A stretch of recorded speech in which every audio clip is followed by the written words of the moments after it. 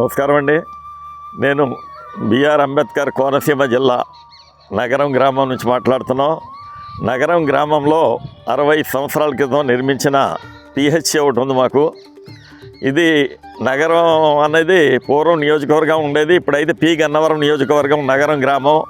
ఇక్కడ పిహెచ్సి నిర్మించారు. ఈ పిహెచ్సి 60 సంవత్సరాలు రమరమైంది. ఇదైతే స్లాబ్లు పెచ్చుల కింద ఊడిపోయి లీకేజ్ వచ్చి చాలా ప్రమాదభరితంగా ఉంది. చిన్నపిల్లలు తీసుకొచ్చి పోలియో డ్రాప్స్ వేయిస్తున్నారు. ఓ పక్కనైతే రైతు భరోసా పెట్టారు.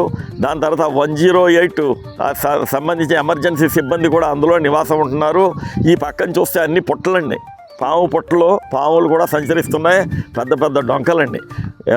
బిల్డింగ్ బాగలేదు కదా, మెయింటెనెన్స్ కూడా సరిగ్గా లేదు.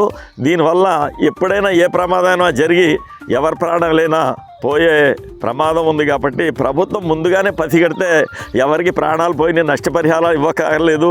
దానికి బదులు హాస్పిటల్ బాగు చేయిస్తే బాగుంటుంది. ఆ స్లాబ్ మాత్రం వెంటనే డిస్బాండిల్ చేయాలి. ఈ డిస్బాండిల్ చేయమని చెప్పి డిఎంహెచ్ఓ గారు 9 నెలల్లోనే ఆర్డర్స్ ఇచ్చున్నారు.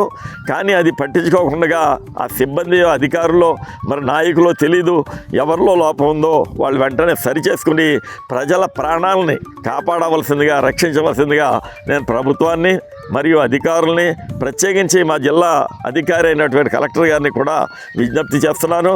అలాగే ప్రజానాయకులు కూడా స్పందించి ఆ పాములు డొంకలు చూడండి, అన్ని పాములండి, పెద్ద పెద్ద పుట్టలు వేసి చుట్టూరు పాములేనండి సంచరిస్తున్నాయి. పగలు కూడా కనిపిస్తున్నాయి. రాత్రి లాగా ఉంటాయి తెలియదు కానీ భగవంతుడు ఎరువు. కానీ పగలు మాత్రం ఇలా ఉంది. పాము కాటు వల్ల చనిపోవచ్చు, లేదా స్లాబ్ కూలి కూడా చనిపోయే ప్రమాదం ఉంది. కాబట్టి మీరందరూ కూడా దయచేసి ప్రజల ప్రాణాలని కాపాడవలసిందిగా కోరుతూ విరమిస్తున్నాం సార్. Thank you sir.